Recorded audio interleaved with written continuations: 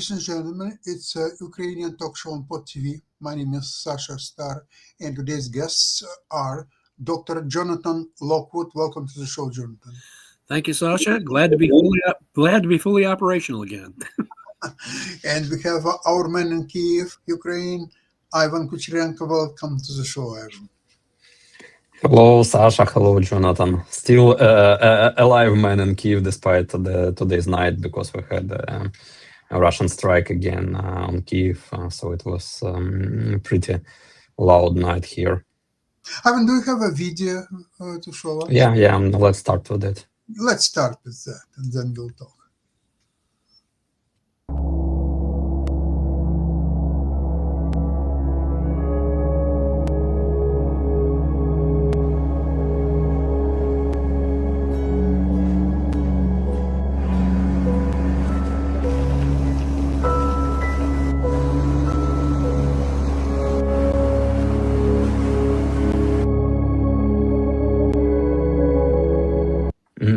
Is video not working?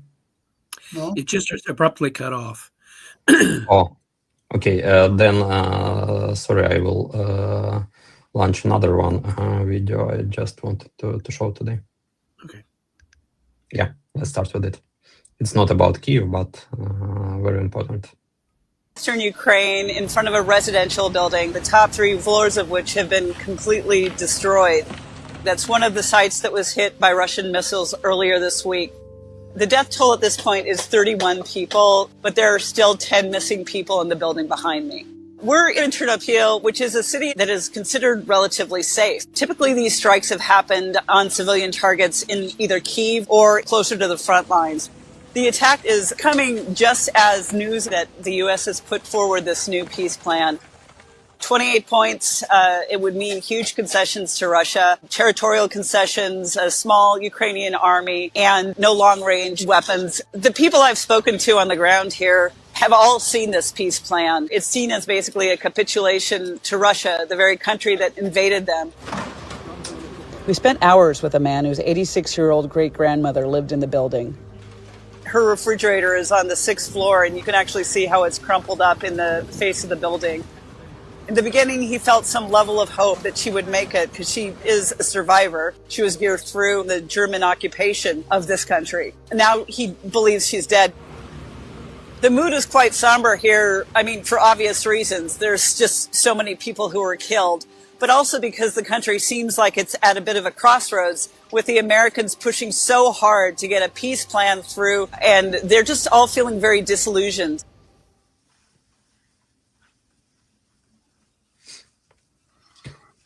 Well, it hurts so much that there are substantial peace proposals flying back and forth. And some people believe that there is a good chance that it may work out this time. I'm not in that camp, personally. Neither am I. Neither you. Well, okay, and yet Russia doesn't show any trace of willingness to be engaged in some kind of a peace process. They are absolutely not. In fact, with each new proposal or changes or so on, here is our answer. Okay, you don't have to guess, we agree or we don't. Here is so many people are killed, so many building destroyers or so on. Did you get? Oh, you didn't get it? Tomorrow, watch out tomorrow. We're going to help you to understand where we are. So, question to you right away. If, as we both believe, maybe Ivan too, that the peace proposal will lead nowhere, then why Ukraine is wasting its enormous human capital? Look at the people involved in this process. It's Zelensky, Yermak, Podolyak, almost anybody who is right on top of Ukrainian hierarchy. Why are they wasting time and neglect the food? I've got an answer, Sasha. Actually, that's President Zelensky said in his speech to Ukrainians the day we've received that actually Russian peace proposal, which was transferred via Vitkov By Google Translate. directly to President Trump, and I don't know what leverages Russia put for him to pass it further to Ukraine without reading it actually. But as President Zelensky said, we have to carefully review this peace proposal because, according to it, we have only two options: to lose our dignity or to lose our partner. Because if Ukraine rejects that peace proposal offered to Ukraine, not by Russia, no, but by United States, by President Trump, then obviously it will lead to the cut off military supplies to Ukraine, even being paid by NATO countries. It will lead to canceling of share of intelligence data, which is important because the intelligence data, the satellite data which United States provide to Ukraine, actually inform Ukraine about ballistic missile strikes. Ukraine on our own, and even with the European countries, we don't have possibility to and enough satellites to watch the huge territory of Russia in order to understand whether those strategic bombers are flying off to bomb Ukraine, or whether they are bringing their ballistic missile systems to the places where they may strike Ukraine actually. And thanks to that, our air alert system actually works, and Ukrainians have a chance to go to the safe place in order to be alive after that strike. So the instruments which President Trump administrations are using, they are quite unhuman, I say, because what we've seen in media, that President Trump administration blackmails Ukraine to review that peace proposal carefully and to sign it just before the Thanksgiving Day, very quickly, like in less than a week. Otherwise, United States will stop providing Ukraine with the intelligence data and and stop selling weapons for Ukraine via NATO countries. So it's a really bad. I'm not President Trump. I'm not President Zelensky. I'm not Ukrainian official. So I may say what a lot of Ukrainians think actually. And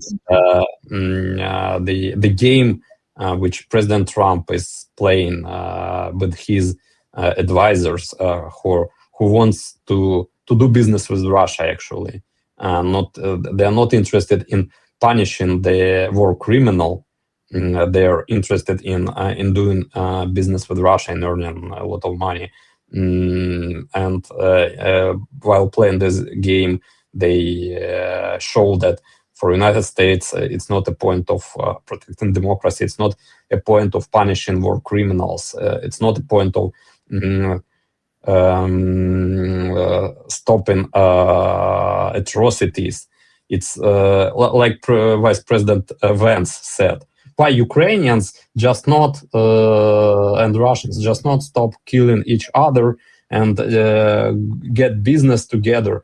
Why Americans didn't stop killing after September 11th? Why they didn't stop killing Osama bin Laden and just go and do some business with that Islamic terrorists and maybe some cultural exchange with those Muslim fanatics from Afghanistan? Why they launched that operation, spent a lot of money, lost some American soldiers and some soldiers of United States allies? Why just not United States did some kind of business with them? I don't know what in mind Go ahead. those people actually what John, are they. just before you'll get your podium in a sec, I just would like to point out that this document, if it's a document, I don't know how to call it, a proposal, whatever it might be, it's very murky how, when, and by whom it was created. I'm not going to dig into all this because I think we know more or less what's going on, and it still keep changing. By the way, yesterday there were some changes. It will be more changes. So I think Trump personally is a little bit away now from this document. I think he completely and delegated it to Rubio, and Rubio more or less in charge of it, although probably Witkov has something to say, maybe some others. Driscoll is active. Now he's meeting Russian delegation here and there. But you know what? It's a lot to do about nothing. I think Russia would not agree even to original 28 points document. It will never agree to the 19-point documents or 95 points document or 2 points document. It will not agree to anything. So West, Ukraine are spending enormous resources, time, attention, and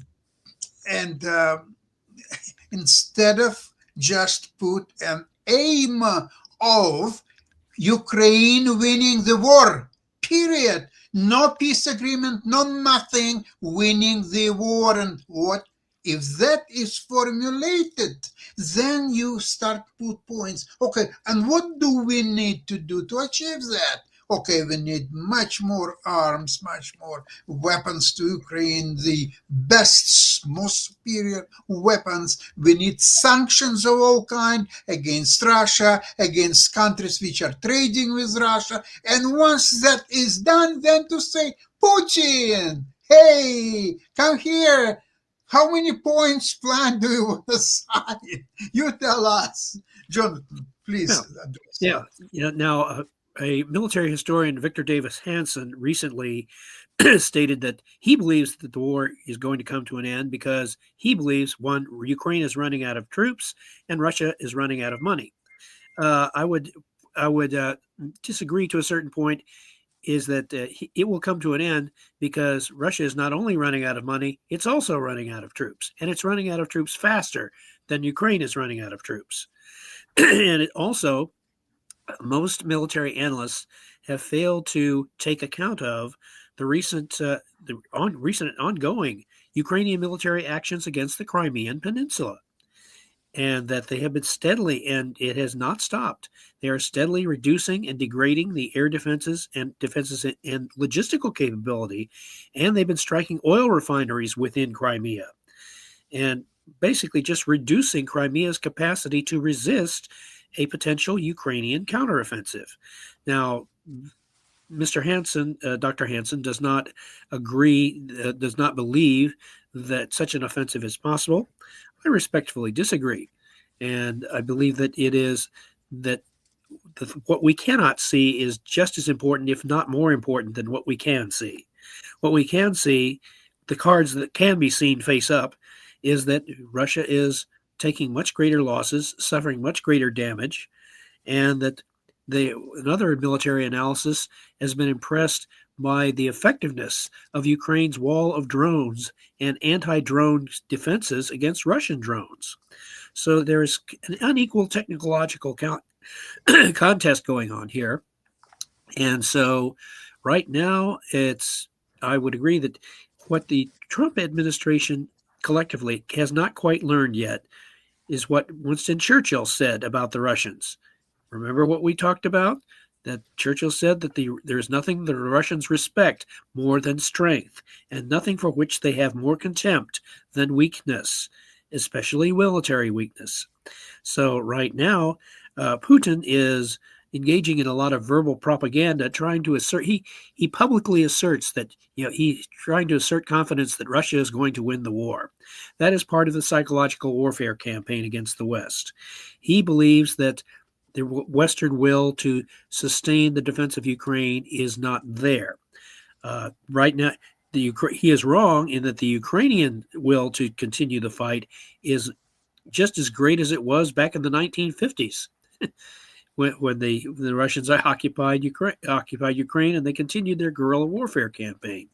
So right now they greatly underestimate the Ukrainian will to resist.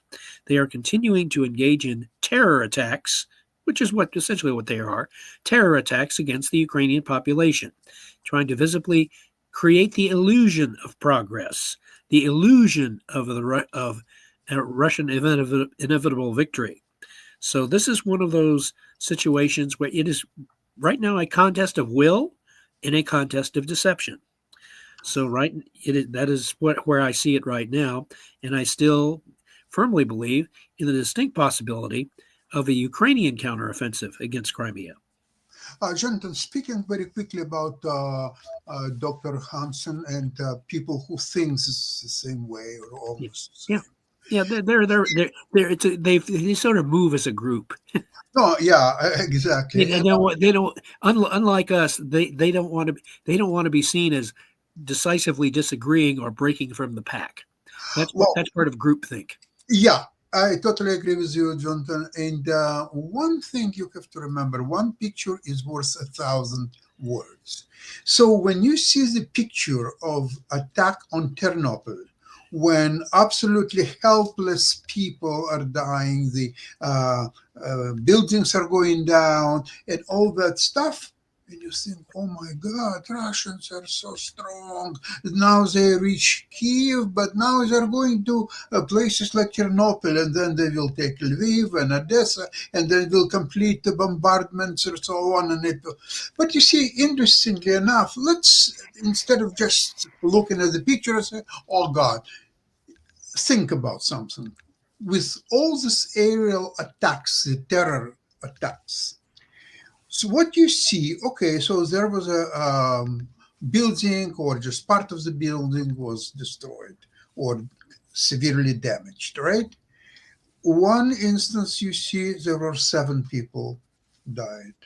Another thing, 1 people died and several injured. In a worst case scenario of all time, I think that what's happened in Ternopil, I believe 35 people died. It's enormous loss. But still, when you think about bombardments of Dresden in Second World War, there were hundreds of thousands were dying. So and nobody paid. Comparable. And even that didn't break Germany. It didn't. Yeah, they suffered, they were dying, but it didn't break Germany. So how you think that 7 people dead, or even 35 in Ternopil, how you think that it will break down the Ukrainian spirit and will to fight? No, it will not. So Russians are taking absolutely impossible situation upon themselves. Yes, and what is also just as important is that when we are dealing with Western populations and their perceptions, we are dealing with people, especially in America, who are ignorant of history. They do not make a habit of studying history, especially histories of wars. Now, there are pockets. There are a number of military history enthusiasts and those who choose to study it, but that is like yourself, I'm an outlier in that regard. So yes, and I very thoroughly look at the lessons of the past, and I subscribe to what the late Chancellor Otto von Bismarck once said. He said that two sayings of his that I like. Number one, he said, there is a providence which looks out for children, drunkards, and the United States of America. And the other one is, he said, fools say they learn from their own experience. I prefer to learn from the experience of others. Thank you, Jonathan. Ivan, I have one remark for you. You mentioned the speech of Zelensky to the nations, that this is the most important thing now to decide, or so on. I'm totally against this Zelensky's speech for 2 reasons.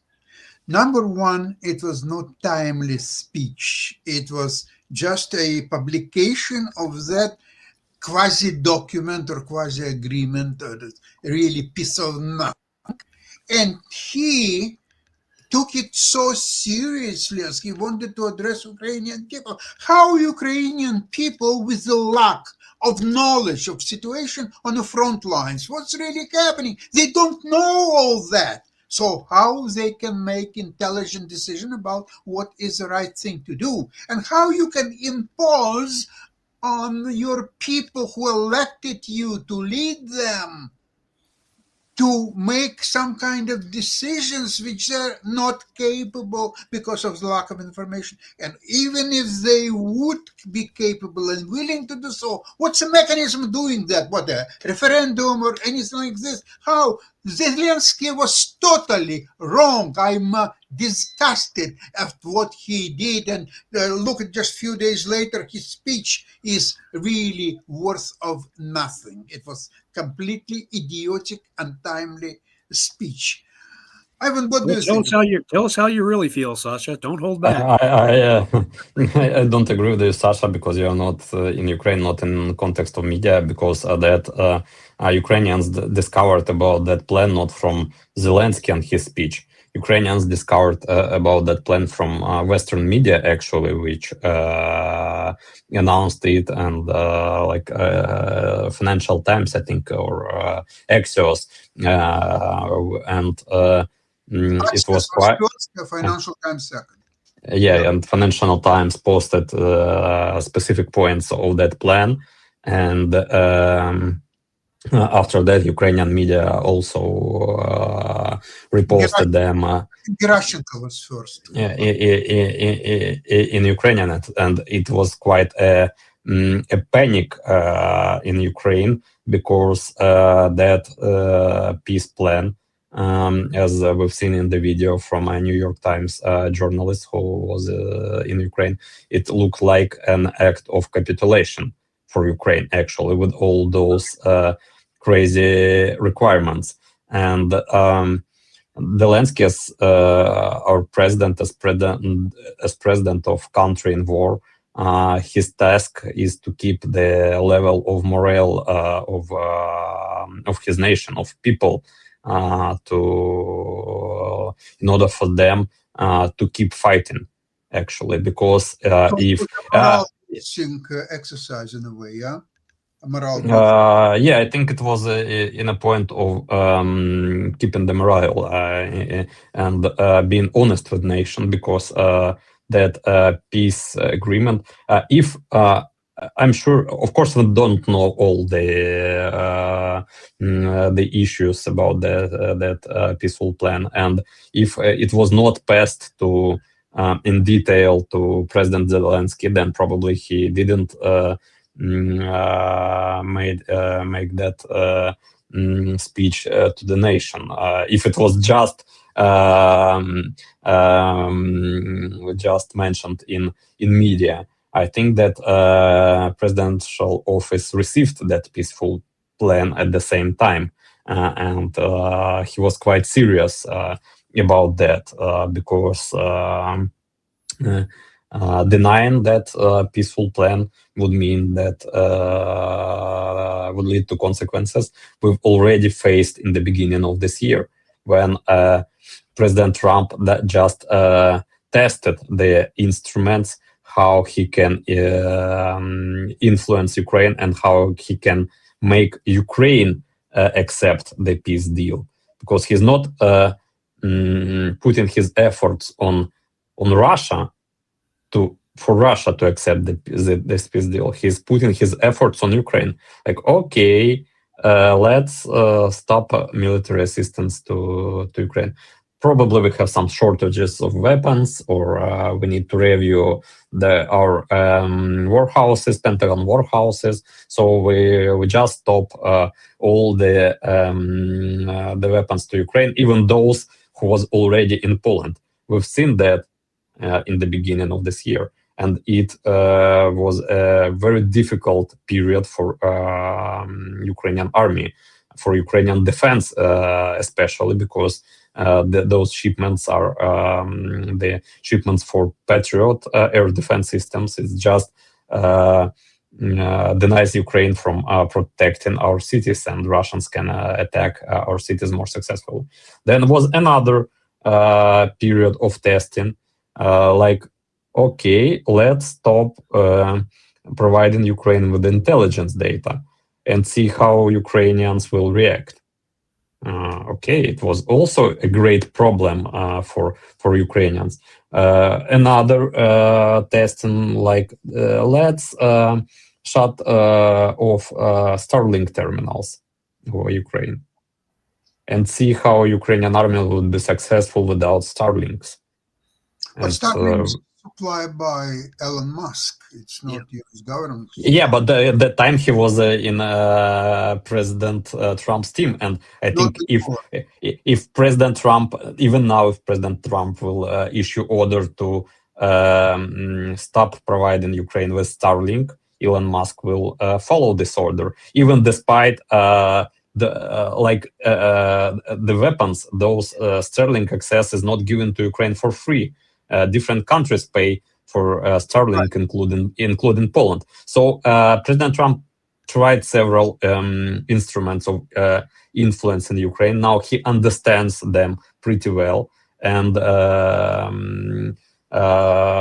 both with that peaceful plan in media, which appeared in media also appeared information that if Ukraine will not sign that peace agreement like in a week before the Thanksgiving Day, then the United States will stop providing weapons and stop providing intelligence data to Ukraine. It was not. This is all information from the last week. Information now changed a lot. There are a lot of senators, a lot of congressmen are against Trump.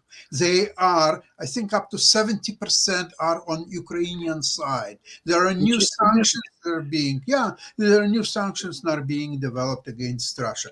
What's important here to understand, Ivan, you heard about what's happened last night when Ukraine had bombardments of Tuapse, Novorossiysk, destroyed strategic A-60 bomber, and you see again there are no pictures of it. I mean, some pictures, but you cannot clearly see what's happening. It's not like Ternopil. Okay, here is a bombardment, there is a building destroyed, there are people died, or so on. So people in the West, even politicians, they look in the pictures. Oh my God, look at what happened, but they don't see what's happened in Tuapse and Novorossiysk. And if Ukraine can multiply that, and they are producing now a lot of their own weapons, they don't need drones from somewhere else. They produce a lot of.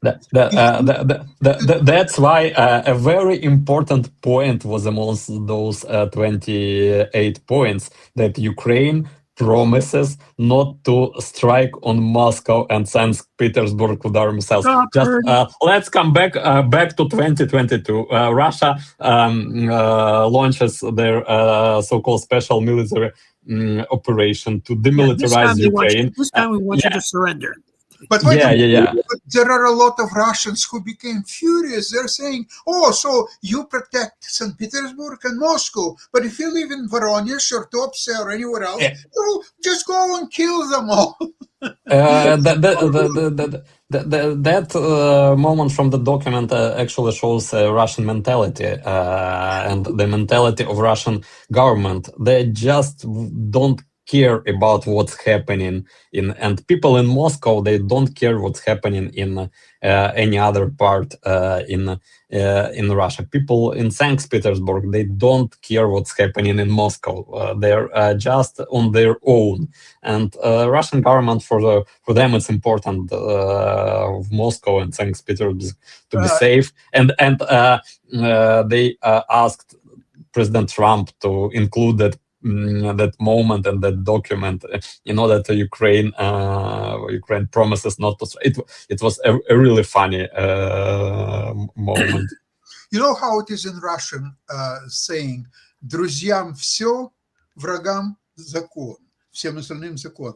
So the friends, everything what they want, the all others, the law. by law, we are going to expropriate everything from you and take everything from you, and so on. So if you're not we have a similar saying: "What's mine is mine, and what's yours is negotiable." and eventually also mine. Yes. Yeah, that's an interesting situation. It's actually a principle how Russia wants to sign that peace agreement. First of all, they've captured parts of Ukraine, and now they want to trade captured parts of Ukraine with the Ukraine in order to get more territories. So what? Okay. Kherson goes to me. Kharkiv going to you. So we share equally. Okay, this is yours, this is mine. Thank you very much. International laws? No international laws. We didn't hear about any international the laws. Russians agreements to the Russians, agreements and treaties and contracts. As I've said before, to the Russians, all those things are like eggshells. They are made to be broken. So this is something that the Trump administration is slowly but steadily coming to realize, and a great number of U.S. senators certainly have already recognized this. They are not told what to think by the executive branch. They are free to investigate on their own, and they can rely on their own analysis. We have a great number of military historians and analysts here in the West who are fully aware of the history of this. They may not be as visible, but certainly, the three of us, with our collective knowledge of military history and strategy, we can afford to take a very contrarian viewpoint and point out that in effect the emperor has no clothes.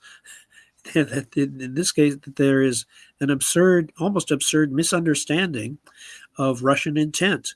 They are going to, and Putin is desperately trying to portray this aura of supreme confidence, this idea that Russian victory is inevitable, in as unjustified as it is objectively or from other points of view. It is nevertheless it is the only real strategy he has left, because if he goes home and they declare, okay, this operation's over, then the Russians will have to deal with the consequences of their losses and their destruction. And they will be confronted with not only a much stronger Ukraine and a recovering Ukraine, but they will also be confronted with a much stronger NATO, something that they did not want to begin with. They are getting the opposite of what they wanted. So that, and right now, as we are going into December, where normally you would not expect a major offensive to be possible, the Russians will continue their missile bombardment or drones or whatever limited attacks they can muster. They will continue to take high losses, continue to be exhausted. But for Ukraine, they hold the real cards right now. They hold the hidden cards, the ability to launch a counteroffensive, which I estimate that just based on the appearances, they are not reducing the air defenses of Crimea and in that area simply for the fun of it, or simply to just be shooting off their weapons. There is a purpose behind it. I would also estimate, even though that I do not have access to classified information, I would estimate that I'm relying on historical analogy. Remember the Germans in World War II on the Western Front, when it looked like there was only one intelligence officer on the Allied side, on the American side, that was seeing the preparation for a German offensive, and that was Patton's intelligence officer, Patton's G2. And he informed Patton of such, and they were prepared to react when the Germans launched their Ardennes counteroffensive in December 1944. So do not underestimate the things that you do not underestimate the potential of the things you cannot see, that the things that our allies or even our enemies keep concealed. So because I believe that, as Churchill said, that in wartime the truth is so precious that it must be protected by a bodyguard of lies. So there is a great deal of discussion going on here. Something that, of course, in all this track of peace proposals and documents and all this stuff. Of course, Trump is being very influential, one way or another. It doesn't matter whether he composed this document or even read it. It doesn't No, matter. he But probably delegated. he delegated, okay. But what's important to me is one thing. Trump is going in his attitude toward Putin and Russia. He's going against 80 years history after Second World War. He's annoying all Western leaders. He's annoying his own people, including Congress and MAGA and just name it. Okay, Trump could afford to do it at the beginning of his second term, saying that, okay, yeah, it's difficult, it's not easy, but at the end of the day, I will prevail and Russia will become a normal country and I will do a lot of business there with Putin and somebody else, doesn't matter what, so on. Now, almost a year passed by and Trump has to, being practical man, being a businessman, not that all his businesses were successful, but let's call him a businessman. Some you lose some, you win some. Okay, so he's a businessman. So as a businessman, he has to learn sometimes to take your losses. In stock market, in trading, the rule number one, it's preservation of capital. You cannot afford run losses. You have to cut your losses and let your Yeah, run. So, cut your losses and let your profits run. yeah, And in this case, he has to realize that Russia does not really possess the economic resources to be a worthwhile business partner. They simply exactly. have expended too much. And there's He's going to realize, if he has not realized it already, he's going to very shortly, especially if oil prices keep coming down. there is another consideration. It's a time. He is expiring slowly but surely. He has another 3 years left if he will be allowed to end his term. And in 3 years, even if they will sign all agreements in hour and a half, okay, everything's done, everything's signed, there is no time left for him to do all these grandiose projects in Arctic and with the Russian oil and whatever else he wants to do. He simply runs out of time. So he has to understand that concept as well as all others, cut its losses, put Russia on its knees and ask them to leave Ukrainian territory. Just run and do whatever the hell you want to do. And if you don't do that, Tell him he should be worrying more about China at this point, because China has grievances against Russia in its eastern territories, and also that the Putin is apparently very upset at those new Chinese maps, which show Russian territories belonging to China. So there is that factor, and many people overlook the historical animosity between Russia and China, which even manifested itself quite visibly during the Cold War in 1969, when there were Russian and Chinese forces engaged in military clashes along the Ussuri River. And there was a book published at the time, War Between Russia and China, by Harrison Salisbury, who pointed out that particular book was, and that may have influenced President Nixon's desire and actual action when he went to China in 1970, trying to exploit the growing rift between the Soviet Union and the People's Republic of China. So there are all these various factors that need to be taken into account.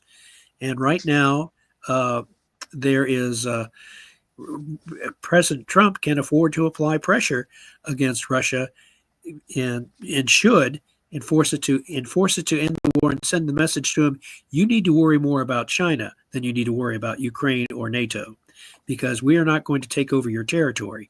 China is. Yeah, well, listen, probably that's all going to happen. And I think that Trump, being well, you want to call him a businessman, that's okay.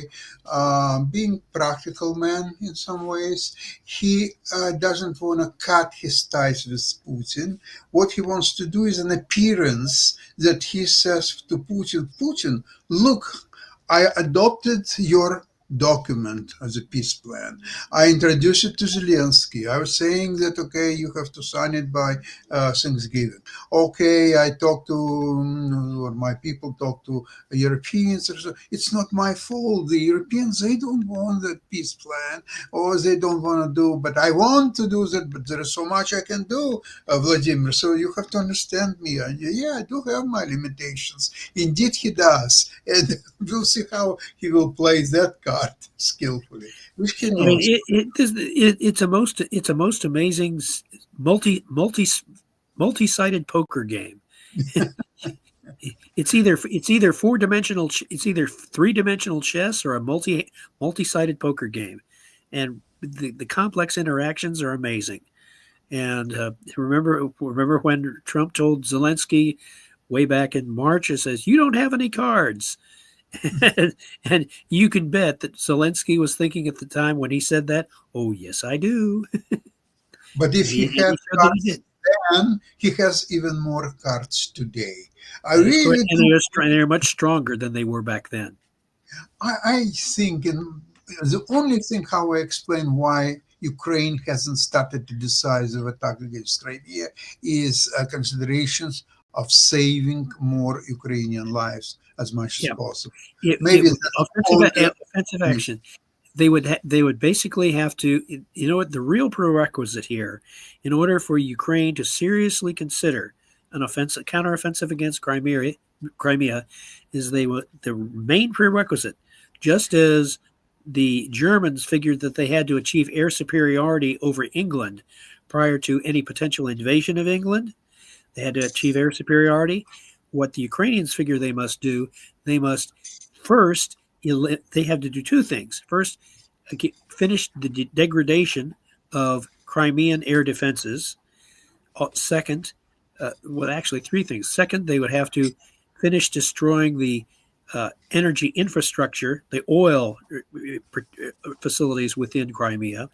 And third, and most important, they would have to successfully cut off the Kerch Bridge to prevent it from being able to reinforce, provide supplies and reinforce. Even though the Russians have decreased it, once they cut it off completely, then Crimea there is isolated. The Russian forces that are occupying it would be very vulnerable to air attack and to any other counteroffensive actions. And then with whatever strategic reserve that the Ukrainian military leadership has earmarked and set aside for an offensive, that is when they would commit it to an offensive supported by Ukrainian drones, Ukrainian air forces, within whatever reserves they have set aside to execute that counteroffensive against Crimea. Once they do that, that will be the decisive moment. And I would go ahead. I have an actual question to you about the aviation. I'm aware, and probably you are too, about the new agreement between Ukraine and France, that France is supplying 100 Rafale fighters and Yes. a lot of other military techniques and weapons. You are aware of it? Yeah, and France is a great friend of Ukraine, together with Germany, together with the United States and other countries, and they really want, because they're closer to to Russia actually, and they remember history lessons pretty well, and they remember what They see reminders all over the place. yeah, what came after the Munich in 1939. Then they are interested more in Ukraine to keep fight against Russia and to sign a peace agreement only on conditions which will not award the invader, which will not award Russia, but which will punish the invader. But probably at the time is not didn't come yet for Russia to sign the agreement in which they will be punished. As Ukrainian head of intelligence Kirill Budanov said, the moment, the window of opportunity to sign a real peace agreement will be in February. So now it's probably not the best time, because everybody knows, everybody in Ukraine knows what will be next. Ukraine successfully negotiated with the United States about that 28-point plan. Now it became, it shortened, now it's 90-point plan, and a lot of transformed in it. But Russia will not accept it. Russia already said that this peace agreement is not an option for Russia, that it's not an interest of Russia, and they will continue their so-called special military operations. So at that moment, I always recall a moment from movie on Western Front, Without Changes by Eric Maria Remarque on a Netflix, and in the end there is that moment when Germany signed peace agreement with France and Great Britain in train. When they've read that peace agreement, said, oh no, just sign it. You don't have any other options, and they've signed that. Conditional surrender. That's what it is. And they've signed that, despite there was no war on German territory. Right. There was no bombing of German factories, of German energy infrastructure. They've just let they've captured a lot of territories, but they were not able to continue this war. And I think actually the time for the real peace agreement, which will punish Russia for their invasions, for their atrocities, for everything they've done in Ukraine, it will come a little bit later, and Ukraine just have to keep our fight till that, and to keep our partners with us, like United States, not denying their initiatives. Interestingly enough, that after Second World War, the peace agreement was signed in the same car, and there was a very symbolic. Very symbolic. There was this German general or Admiral Keitel, I forgot who was that, and there was a representative of England, United States, Russia, and France. So he signed against each country, and then when it came for France, he says, did we lose to France as well? And finally he signed it. Yeah, that was a history, and that's how it went. It's very, very interesting when Putin will sign his complete capitulation. That's what I'd like to see. The right things are going right now. It may be his successor that signs it, and whether it's voluntary or involuntary. And this will be a very, it will be a warning. It will not be a permanent peace, but it will be a peace that Ukraine and its European and NATO, European and hopefully American allies will be able to sign and guarantee at least a conditional peace along the lines of between North and South Korea, at least for the next several decades. And we could hope then that would establish the basis for peace and security for the remainder of the 21st century, if it all works out the way it should. Ivan, you didn't think about the fact that, as you said, Germany signed capitulation without any foreign army on its territory. Okay? Do you think that if something happened with Russia maybe later on, that they will sign capitulation without any country invading it? Simply because we will run out of soldiers, out of finances, out of everything. Yeah, I think that it will be. There is a possibility that this war could end in this way, when Russia will not have any resources, any money to keep fighting, and either Ukrainian forces will just attack and capture enormous prisoners of war, destroy and capture all what Russia has conquered, and maybe capture historical Ukrainian territories like part of Belgorod region, of Krasnodar region, Bryansk region, all those territories which were originally Ukrainian, and establish a buffer zone there, like Russia. All they will, in order not to achieve such losses, and in order to just to have a possibility for their soldiers to left their weapons and go home by foot, they will sign capitulation. But it will happen only in the moment that if they understand that the consequences of not signing it will be much worse. Agree. And I wish that Russia will sign its capitulation in Yalta. So it will be, it was Yalta 1945, and it will be Yalta 2026. You really like to go for that symbolism, don't you? Yes, I do. But I would say that, interestingly enough, it's an interesting signal, Ivan, that you mentioned about the head of Ukrainian intelligence saying that it's mentioning February, about that would be possible. That would also be very convenient timing, because if such a thing, if it doesn't occur diplomatically, Ukraine by then most certainly will, at the rate that the degradation of Crimean air defenses and other facilities within Crimea are continuing and will continue over the winter, that by that time, I would predict that Ukraine will be ready, if they don't have any other opportunities to negotiate a peace, that they will have the opportunity then to launch that counteroffensive in February or March and force a peace by achieving that decisive operational victory. Yeah. Well, listen, I would like to thank you both very much for today's program. I'd like to mention that Ukraine is hanging on.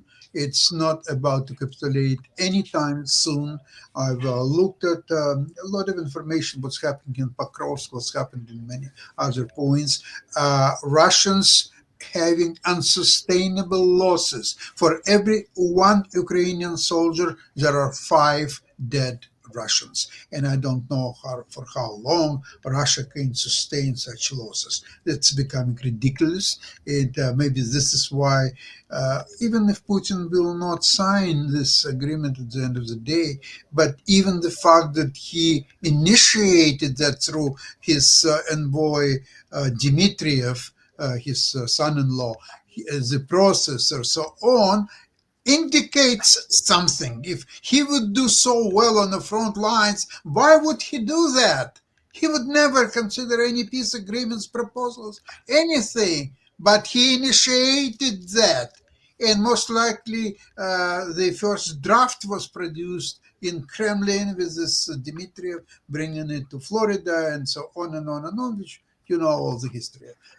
Listen, guys, Ukraine is there to stay. Period.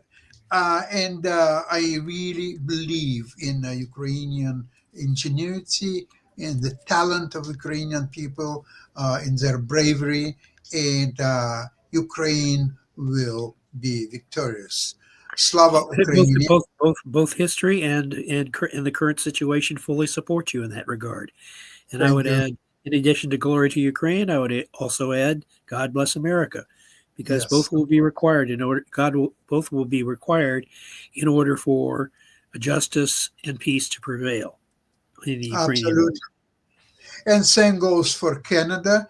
Canada is not seeing this the same way as United States. They're much more with Europe. So is Japan and a lot of countries in the world. And hopefully Trump will join that very soon. I really do. We just engage in quiet diplomatic persuasion, and we also rely on the principle in the United States government of checks and balances. Remember what James Madison said, that ambition must be made to counteract ambition. You are seeing that process. You have been seeing that process at work for throughout all of United States history. That is one of the main principles of how the U.S. government works, that ambition counteracts ambition, and that the outcome of that has to be compromise. And so you see that painful process being worked out in the United States' current efforts in its involvement in the war in Ukraine. So we are going to see this process play itself out, and I believe that it will work itself out favorably for Ukraine, but also for Europe as a whole. Jonathan, totally agree with you. And again, thank you so much. Bye-bye, everybody. And let's get together on Friday. And maybe we will have a lot of very interesting news. Thanks a lot. Bye-bye, I look everybody. forward to it. Thank you. Thank you. Bye-bye. Bye.